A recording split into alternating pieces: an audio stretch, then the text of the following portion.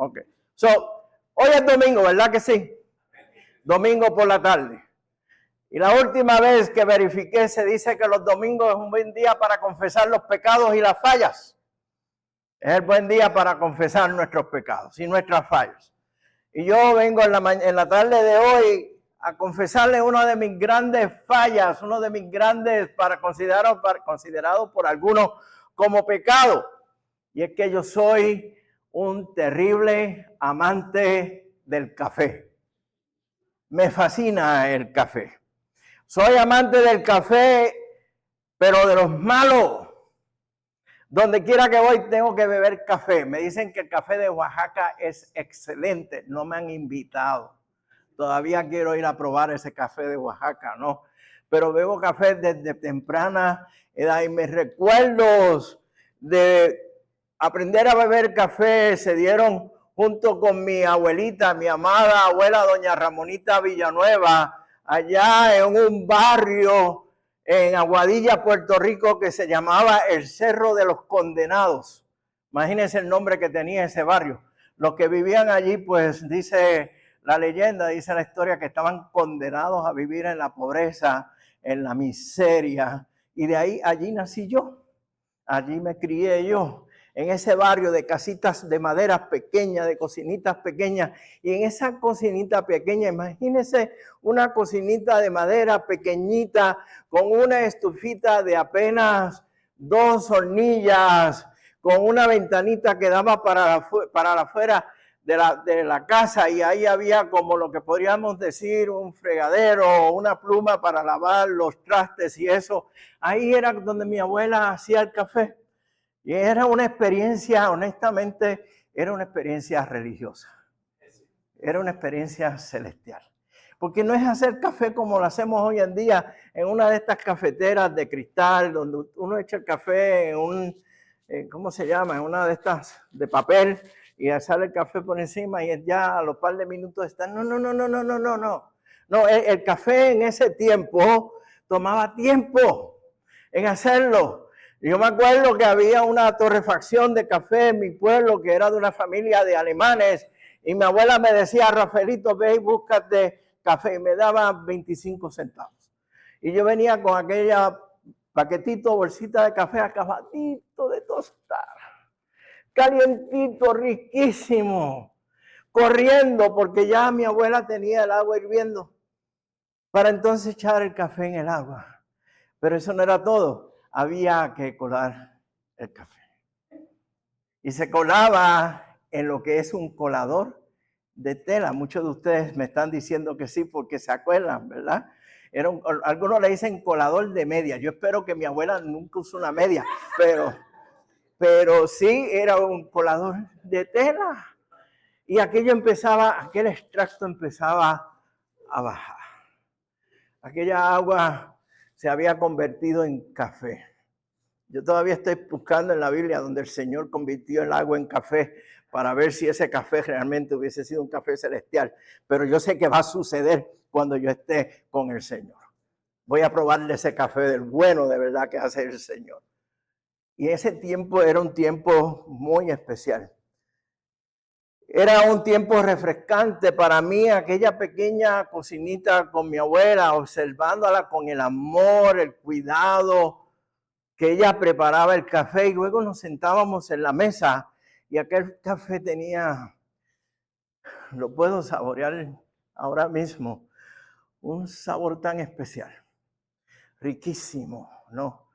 Pero no era solamente por el café, era por la compañía que estaba allí, era porque quien había preparado el café, con todo su amor, con todo el cuidado, y nos sentábamos y hablábamos de tantas cosas. Y de tomar café, tantos años que llevo bebiendo café. Yo creo que yo empecé como a los 5 años a beber café, si la memoria no me falla. Y ya tengo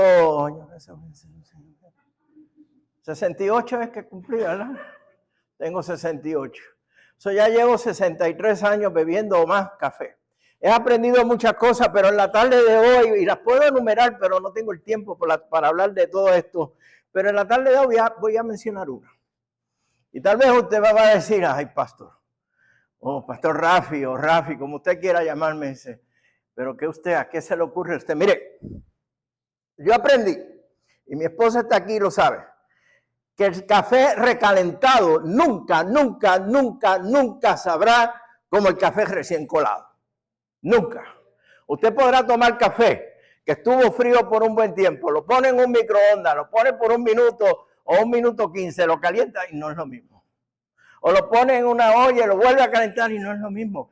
Pierde su sabor, pierde su estructura, pierde su frescura, pierde su fuerza original. Puede ser que en un momento te dé un engaño, ¿no?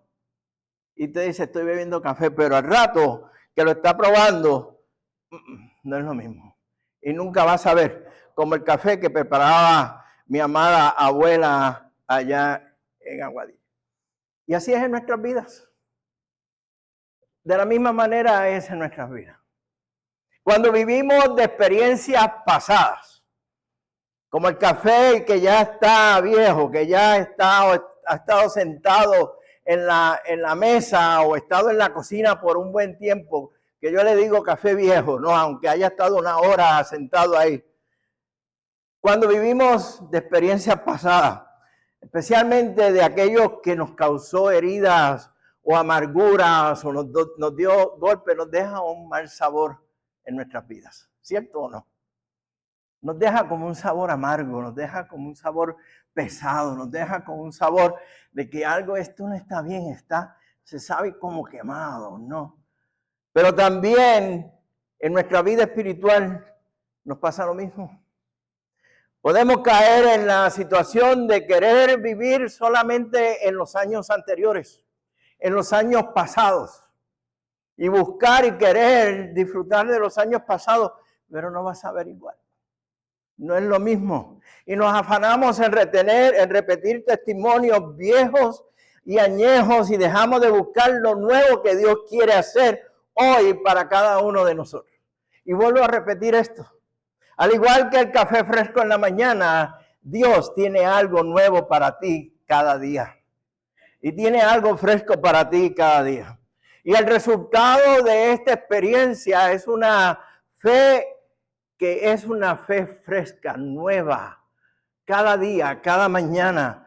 No una que sirve como un recuerdo, pero una que nutre nuestras vidas y nos provee la energía que necesitamos.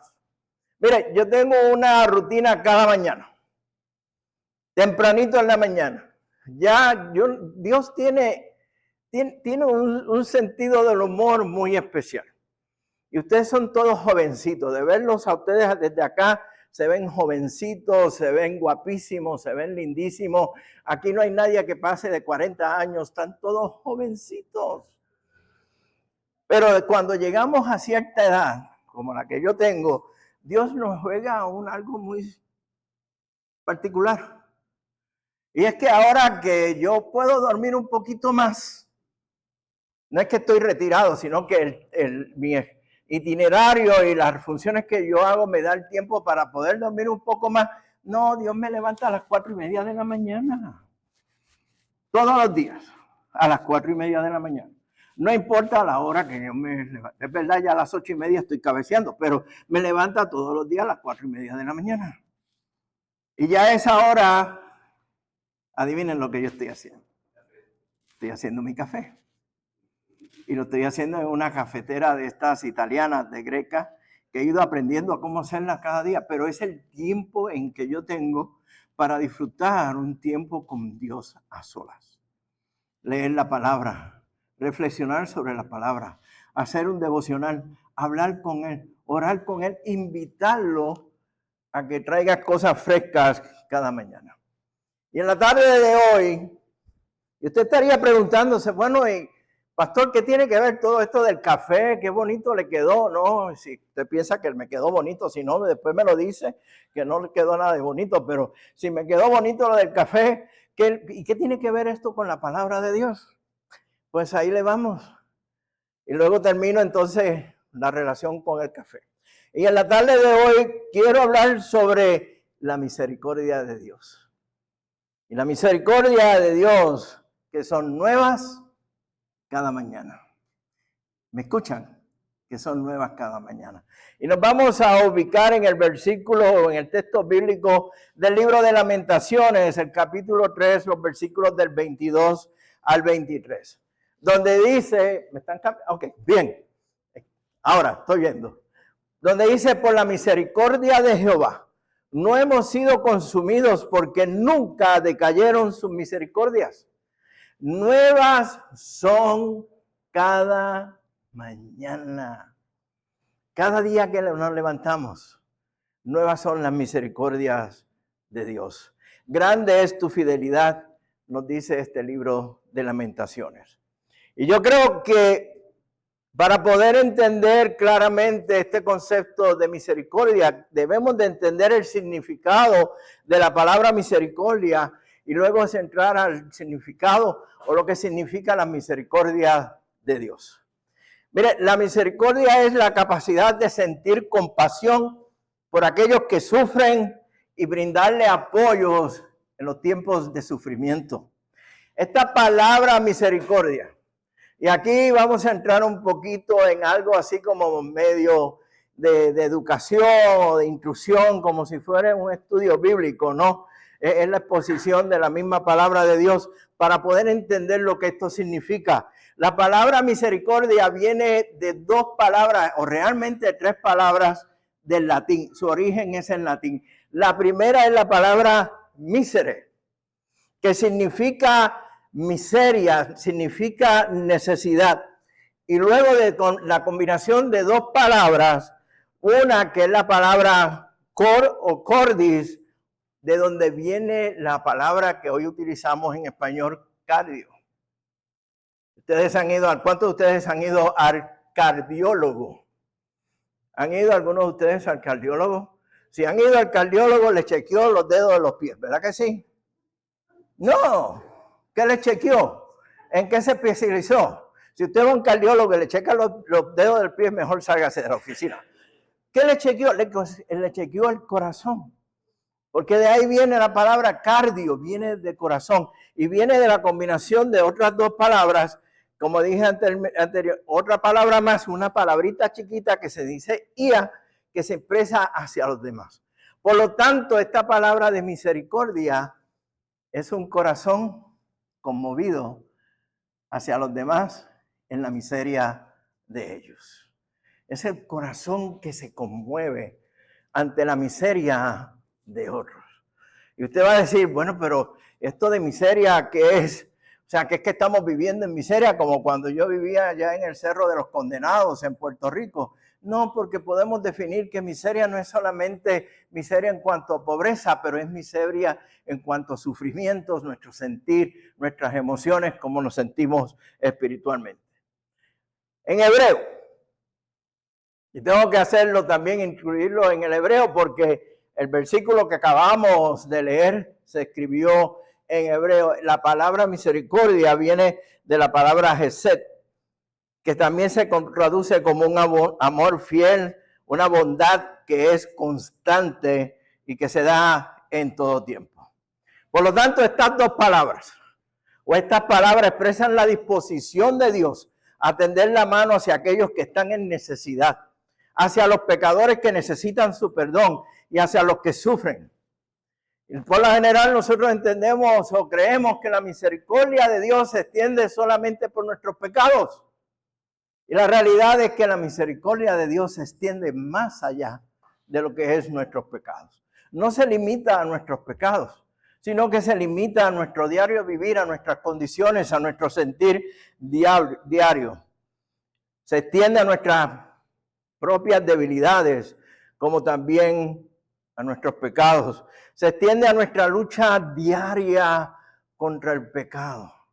¿Y cuántos de nosotros pecamos y estamos luchando diariamente contra el pecado? Y nos levantamos y abrimos los ojos y lo primero que decimos es, Señor, hoy sí que voy a vivir un día en santidad. Hoy voy a estar apartado del pecado. Hoy voy a vivir para ti.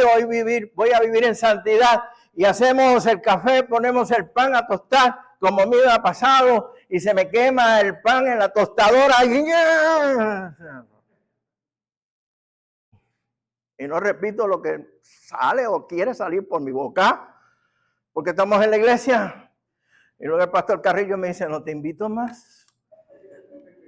Pero ya inmediatamente ahí comienzo a perder, ¿no? Esa es la misericordia que extiende en nuestro sufrimiento, en los momentos difíciles de nuestras vidas. Ya sea por una enfermedad, ya sea por una situación en la familia, ya sea por una pérdida de empleo, ya sea por algo que está sucediendo en nuestras vidas, en nuestras decepciones. ¿Y cuántos de nosotros hemos sido decepcionados en la vida? Si usted no ha sido decepcionado en la vida, me da su secreto, ¿ok? Porque lo más seguro usted ni siquiera ha salido del cuarto o de su casa y ya desde ahí está decepcionado. Pero ¿cuántos de nosotros no han sido decepcionados? Momentos en mi vida en que he vivido meses y meses y meses buscando de Dios y de su palabra y de su misericordia y de su gracia por una decepción fuerte que he recibido en mi vida. Y sentir y experimentar la misericordia de Dios fresca esa mañana que me levanta y me dice, Rafi, tengo propósitos para ti. Y así lo hace con cada uno de nosotros en las heridas dejadas por otros. ¡Ay! Qué difícil, ¿no? Ya sean cercanos o no tan cercanos. ¿Y cuánto duelen las heridas dejadas por los mismos familiares? No. Nos molesta y nos duele y se quedan en medio de nosotros, inclusive en nuestras dudas y en nuestros momentos de desesperación. El Salmo 103, los versículos del 8 al 12 dice lo siguiente: misericordioso y clemente es Jehová, lento para la ira y grande ¿en qué? En misericordia. Grande en misericordia. No contenderá para siempre, ni para siempre guardará el enojo. No ha hecho con nosotros conforme a nuestras iniquidades, ni nos ha pagado conforme a nuestros pecados. En otras palabras, los ve, los reconoce, pero no actúa en base a ellos. Porque como la altura de los cielos sobre la tierra, engrandeció su misericordia sobre los que le temen. Cuánto está lejos del oriente del occidente, hizo alejar de nosotros nuestras rebeliones. Y en este salmo vemos una representación, pero clarísima, del corazón misericordioso de Dios. Él no nos trata de acuerdo con lo que merecemos, aunque a veces caemos y fallamos. Su misericordia es más grande que nuestras transgresiones, nuestras fallas y nuestros pecados. Mire, cada día, cada mañana yo le doy gracias a Dios, porque me mantiene y me sostiene. Yo no soy digno de su misericordia, no soy digno de su amor, no soy digno de su gracia. Y Él me sostiene. Y me otorga esa misericordia y me otorga esa gracia cada día. Y así como el café que me preparo fresquecito, así siento esa misericordia de Dios. Y no es en base a lo que yo hago o dejo de hacer, ni lo que yo soy. Porque si fuera en base a eso, tampoco mereceríamos la misericordia y la gracia de Dios. Cuando yo siempre he dicho en forma así como de broma, no, que cuando yo llegué, o cuando el Señor, no fue que yo llegué, cuando el Señor me arrastró a sus pies, porque así fue que sucedió y un día quisiera compartir mi testimonio con ustedes. Número uno, yo experimenté el amor y la gracia y la misericordia de Dios. No porque sea un nene bueno, aunque yo me creía que era un nene bueno en ese tiempo. Porque para mí que yo no cometía ningún pecado comparado con el resto de mis amigos en el barrio. Ni tampoco porque era guapo. Porque aquí donde ustedes me ven, guapo no soy. No. Todavía le pregunto a mi esposa, oye, ¿qué fue lo que tuviste en mí? No. Porque no fue ni siquiera por mi belleza. Y siempre he dicho, he tenido que pedirle perdón a Dios por dos cosas en mi vida. Número uno, porque soy pecador. Y fui un pecador y soy un pecador en pleno arrepentimiento. Y segundo, porque soy puertorriqueño. Y ahí sí que necesitábamos el perdón también de Dios por ser puertorriqueño, nosotros los boricuas y los verdaderos puertorriqueños. Pero necesitamos esa misericordia de Dios. Y en Romanos capítulo 6 podemos ver cómo Pablo ata lo que acabamos de ver en el Salmo 103, cuando en capítulo 6 de Romanos, el versículo 23 dice, porque la paga del pecado es ¿qué? Muerte. No dice es cárcel, no dice es una multa, no dice que vas a tener que trabajar horas largas, no dice nada de eso, dice que la paga de pecado es ¿qué? Muerte. Pero ¿qué? Dice, mas la dádiva de Dios es vida eterna, ¿en quién? En Cristo Jesús. Es esa misericordia de Dios. Es ese amor de Dios, es la gracia de Dios, la que no mira ese pecado y nos otorga el perdón. Y nos reanima y nos da vida y nos da fuerza y nos da energía. En todas las partes del mundo yo creo que existen leyes que hay que cumplir, ¿sí? Si alguna persona infringe alguna ley, debe entonces pagar con algún tipo de penalización, ya sea monetaria, ya sea algún tipo de servicio que tenga que dar. Pero tiene que pagar porque infringió una ley. Cuando venía para acá me tocó el dichoso Google Maps, que a veces yo confío en él y a veces no. Me tiró por toda la 75, luego por la 635 para buscar la Valley View. Y ahí la 635, ya ustedes saben cómo es. Y yo decía, Señor, estoy por llegar tarde, no quiero llegar tarde, pero tampoco quería ir en exceso de velocidad, porque si voy en exceso de velocidad, ¿qué me puede suceder? Me agarra un policía, me da un ticket, ve que yo tengo la bandera de Puerto Rico en la parte de atrás de mi carro, dice, este muchacho no es de aquí, me puedo buscar un problema y entonces tengo que pagar las consecuencias. Es así con el Señor. La paga del pecado es muerte. Pero Él mira sobre eso y nos otorga misericordia y nos otorga gracia. Por lo tanto, la misericordia de Dios la podemos entender como esa virtud divina por medio de la cual Él detiene el juicio de muerte que nosotros, cada uno de nosotros, merecemos como pecadores, y espera que nosotros tomemos el paso del arrepentimiento para así ya no tener que pagar por nuestras propias vidas, porque hubo alguien que ya pagó por eso. Y ese alguien se llama Jesucristo. Y ese alguien pagó por nuestros pecados en la cruz del Calvario, derramó su sangre, entregó su cuerpo y limpió nuestros pecados. Y ahora estamos reconciliados y tenemos paz para con Dios. Esa misericordia es el amor incondicional que Dios tiene para con nosotros. Incluso cuando, mire, nosotros no merezcamos ese amor. Cuando aún no lo merezcamos. Es un amor, como dije anteriormente, que no se basa en nuestras acciones ni por nuestros propios méritos, sino es en la misma naturaleza de Dios. Esa misericordia se expresa de muchas maneras, pero el objetivo final de Dios en su misericordia es siempre lo mismo, nuestra salvación y nuestro propio bienestar. Aún en momentos difíciles, aún en momentos cuando pensamos, como decía el pastor al principio, que Él no está, Él está ahí y estamos aprendiendo y nos enseña y va a haber un beneficio a través de eso, pero hay algo más garantizado al final que es nuestra salvación y la vida eterna con el Señor. Y la Biblia tiene muchas referencias. Si leemos las escrituras desde Génesis hasta Apocalipsis, vamos a encontrar muchas y muchas referencias de lo que es la misericordia de Dios. El Antiguo Testamento está lleno de cada uno de estos. Hay un salmo precioso, inclusive en el Salmo 103, donde dice misericordioso y clemente Jehová, lento para la ira y grande en misericordia. Y la misma persona de Jesucristo,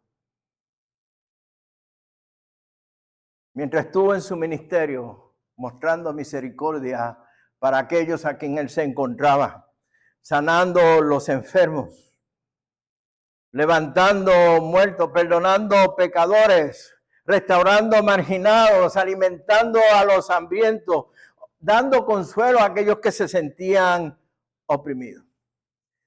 Y hay dos ejemplos. ¿Cómo estoy de tiempo, pastor? ¿Estoy bien? ¿Sí? No me quiero pasar. Hay dos ejemplos que quiero otorgar, que quiero presentar. Hay uno que me conmueve mucho y siempre me ha conmovido mucho. Y lo encontramos en el Evangelio de Marcos, el capítulo 5, los versículos del 24 al 26. Y es que aquí hay el relato de una mujer desconocida. No nos dice su nombre, pero nos dice qué sucedió allí. Una mujer que por años, 12 años, estaba padeciendo de un flujo de sangre continuo. Y en medio de la multitud, mientras Jesús caminaba, esta mujer hizo un acto de valentía. Podría ser también un acto de desesperación. Imagínense usted, 12 años con una enfermedad y haber gastado todo el dinero en médicos y no encontrar sanidad. Y ese hombre va caminando y la multitud lo sigue, los discípulos están con él. Y esa mujer se mete ahí, se metió ahí en la multitud.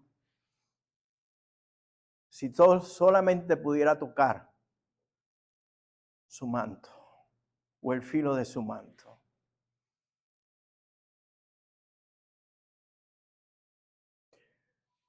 Y contemplamos eso y decimos, wow, qué maravilloso, qué fe la de esa mujer. Pero yo quiero que por un momento ustedes piensen en lo siguiente. Una mujer que por 12 años ha estado sufriendo de un continuo flujo de sangre. Es una enfermedad crónica. Su cuerpo cambia, pierde hemoglobinas, pierde fuerza. Su piel se convierte pálida. Sus uñas comienzan a decaer. Su pelo comienza a decaer y a perderse también. Hay una gran debilidad, podría inclusive llevarla a tener anemia.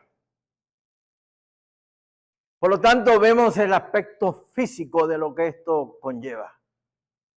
Pero por el otro lado, vivía también en angustia, en un silencio, callada en ella misma por el peso de la ley según Levítico, porque la consideraba impura.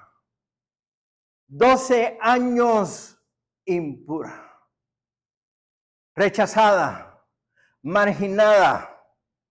No podía ni siquiera relacionarse con los demás. Siendo señalada, indicando, te pasó eso porque eres pecadora, eres impura, no puedes pertenecer a nuestra sociedad. Viviendo 12 años bajo esa condición. ¿Se lo imaginan? ¿Se lo pueden imaginar? Verla en esas condiciones. Siendo rechazada, tal vez, aun cuando la Biblia no lo dice, tal vez el esposo ya la había abandonado porque la ley permitía que él se divorciara de ella por ser impura. Había gastado todo su dinero ahí, todo lo que tenía. Y en un solo momento, esa mujer se atrevió a meterse allí y no le importó. Y no le importó el que fuese considerada impura o que la fuesen a rechazar o a marginar, porque a quien ella iba a tocar y iba a buscar era el Hijo de Dios, David, el Hijo de David, el Hijo de Dios. Y con fe dijo, si yo puedo tocar su manto, el filo de su manto, seré sana. Y el Señor se dio cuenta. Poder salió de él. Perdonó sus pecados y ofreció misericordia para esa mujer. No solamente fue sanada, pero fue restaurada. Fue elevada nuevamente, fue puesta nuevamente en la sociedad. Dios mismo, de haber sido marginada, rechazada, de haber sido considerada impura, ahora la pone como sana, salva, limpia de pecados, limpia de enfermedades y la pone de nuevo en la sociedad. Así es que Dios trabaja y así Dios hace con nuestras vidas. Amén. Es la misericordia de Dios activa. Y hay otro pasaje precioso también que muchas veces le damos cierta tonalidad, y es que entonces encontramos la parábola del hijo pródigo. Y en un momento dado me gustaría poder hablar más sobre esta parábola del hijo pródigo, porque nos enfocamos en el hijo que se fue. Yo soy de los que piensan que esta parábola, se debe llamar la parábola del padre pródigo. Que padre que da en abundancia, que malgasta en sus hijos. Y cuando ve a aquel hijo regresar,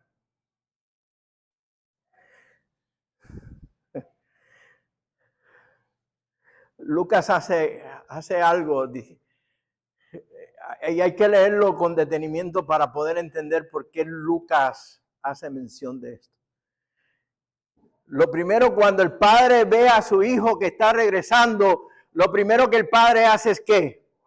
Corre hacia su hijo. Y usted dice, ay, qué lindo el papá. No, le puedo decir desde ahora que no. Se ve lindo, pero no era así. ¿Ustedes saben por qué? Porque en aquel tiempo el patriarca no corría. Era una ofensa, se veía mal, era una vergüenza para el padre, el patriarca de la familia, correr. Porque para correr en aquel tiempo, como los hombres utilizaban aquellas túnicas bien largas hasta allá, tenían que subirse las túnicas, amarrárselas entre los pies y enseñar las piernas. Y eso era una vergüenza para aquel hombre, enseñar las piernas. Y él salió corriendo y se abrazó con su hijo y lo recibió, un acto de misericordia. Pero un acto donde aquel hombre puso al lado todo orgullo y toda vergüenza para abrazar a su hijo que estaba regresando. Es la misericordia de Dios. La misericordia también que experimentamos de un Dios soberano, creador de los cielos y la tierra. Un Dios que está por encima de todo, que cuando me ve en mis momentos difíciles de misericordia, corre hacia mí y me abraza y me recibe y me da todo su amor y toda su gracia y me vuelve a restituir y me viste y me prepara un festín. Esa es la misericordia de Dios. Pero ¿qué hacemos con esa misericordia de Dios? La misericordia de Dios nos debe de transformar. No es asunto de recibirla y quedarme con ella. Mire, mi sobrino en Puerto Rico es pastor allá en Puerto Rico y siempre me decía lo siguiente, tío, cuando Dios provee es para nosotros. Cuando Dios bendice es para bendecir a los demás. Cuando Dios otorga misericordia a nosotros, no es para que nosotros nos quedemos solamente con ella, sino que aprendamos a compartirla con los demás y que transforme nuestras vidas. Cuando experimentamos y abrimos nuestros corazones a su misericordia, experimentamos una transformación en nuestras vidas. Nos libera del peso de nuestros pecados, nos permite seguir adelante con gozo y con esperanza, nos da la fuerza para perdonar a los demás y nos ayuda a vivir una vida de amor y compasión.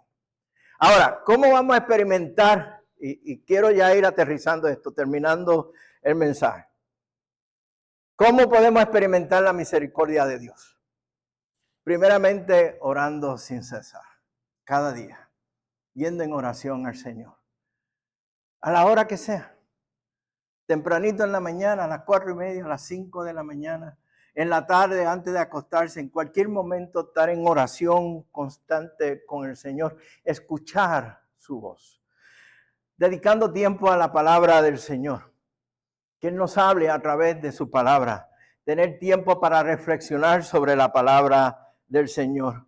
Y podemos experimentar la misericordia de Dios tantas veces como sea necesario. Hay momentos en que nosotros pensamos en que tiene que ser algo súper extraordinario, que tiene que haber un temblor de tierra o tiene que haber un huracán o algo así significativo para poder decir, aquí está Dios. Pero la misericordia de Dios se da también en lo más sublime y en lo más sencillo de nuestras vidas. Y en la iglesia, aquí, aprendemos de la misericordia de Dios. Y aprendemos de la misericordia de Dios cuando recibimos con amor y gracia a los que nos visitan. Y cuando recibimos también a aquellos que necesitan del Señor. Y cuando apoyamos a los hermanos y hermanas que necesitan, están en necesidad del Señor. Experimentamos y damos testimonio de la misericordia de Dios cuando hay un bautismo o cuando se hace la cena del Señor. Recordamos esa misericordia de Dios. Esta es una iglesia que debe y en todo tiempo estar expresando la misericordia de Dios. Y voy a concluir.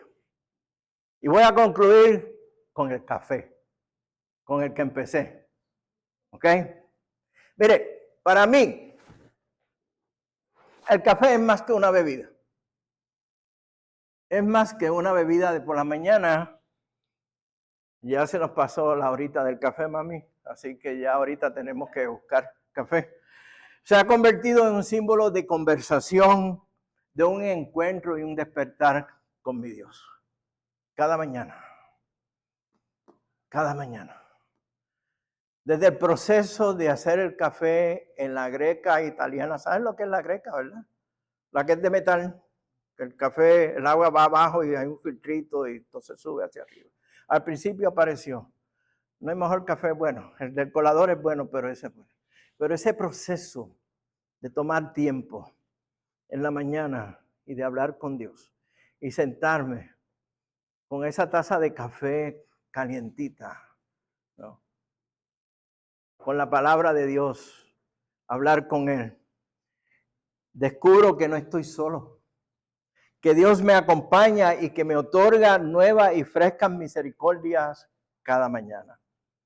Y recuerdo mi tiempo con el café con mi abuela, porque fue un tiempo muy fundamental para mi vida. En esa mesa con mi abuela aprendí de disciplina, aprendí empatía, aprendí valores, respeto, de convivir en comunidad. Y más tarde, cuando mi abuela conoció del Señor y entregó su vida al Señor, fue con ella que aprendí del amor de Dios, de la gracia de Dios y la misericordia de Dios. Dios tiene cada mañana un cafecito recién hecho para ti todos los días, con un aroma de propósito y sabor de esperanza.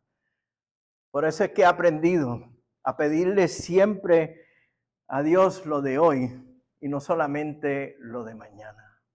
Y darle gracias por sus provisiones y gracias por sus bendiciones. Porque el amor, la misericordia y la gracia de Dios, al igual que el cafecito, se disfrutan mejor cuando son frescas y nuevas cada mañana. Así que la misericordia de Dios nos inspire a vivir vidas transformadas, llenas de amor, de compasión y perdón hacia otros.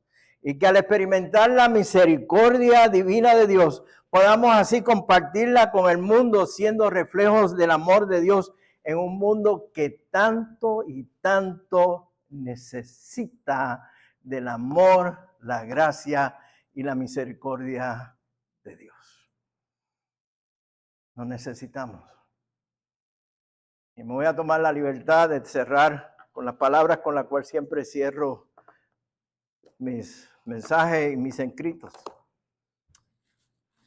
Yo quiero poder en algún momento siempre vernos en el barrio con un cafecito a la vez. Que Dios me los bendiga grandemente, amados hermanos. Que la bendición de Dios sea con todos y cada uno de nosotros. Amén. Amén.